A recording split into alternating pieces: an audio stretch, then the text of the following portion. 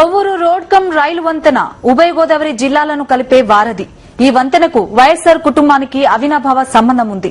ప్రజా సమస్యలపై వైఎస్సార్ కుటుంబం చేసిన యాత్రలకు ఈ వంతెనే వారధిగా ఉంది. వైఎస్సార్ చేసిన ప్రజా ప్రస్థానం, పోలవరం ప్రాజెక్టు కోసం వైఎస్ జగన్ చేసిన హరిత యాత్ర ఈ బ్రిడ్జి మీదుగానే సాగాయి. ఇప్పుడు వైఎస్ తనయ షర్మిల మరో ప్రజా ప్రస్థానం కొవ్వూరు వంతెనపై నుంచే సాగనుంది.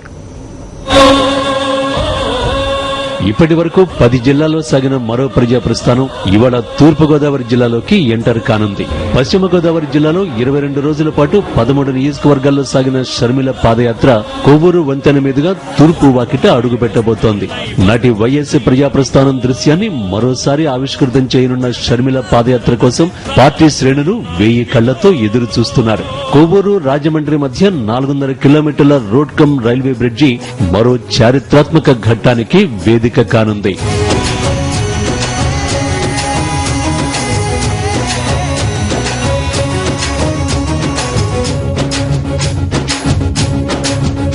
పదేళ్ల క్రితం మే 16వ తేదీన లక్షలాది మంది జనం వెంట నడుస్తుండగా దివంగత నేత వైఎస్ రాజశేఖర రెడ్డి ప్రజా ప్రస్థానం కొవ్వూరు బ్రిడ్జి మీదుగా సాగింది. అశేష జన సంద్రంతో ముందుకు కదిలింది. ఇప్పుడు అదే వారధిపై నుంచి ఆ మహానేత తనయ షర్మిల నడవనున్నారు.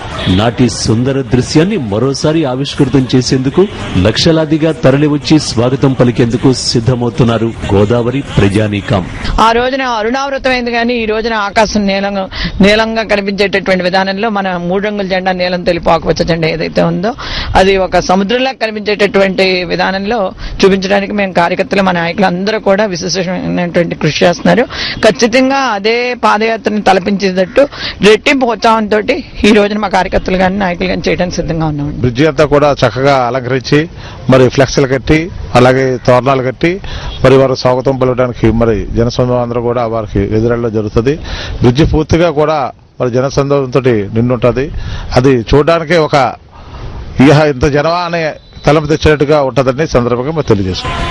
నాటి వైఎస్ పాదయాత్రకు సంబంధించిన ఛాయాచిత్రాల్ని ఫ్లెక్సీల రూపంలో వారధికి ఇరువైపులా కోటిపల్లి బస్టాండ్ వద్ద ఏర్పాటు చేస్తున్నారు నేతలు. తూర్పుగోదావరి జిల్లాలో 13 నియోజకవర్గాల మీదుగా 275 కిలోమీటర్ల మేర యాత్ర కొనసాగనుంది.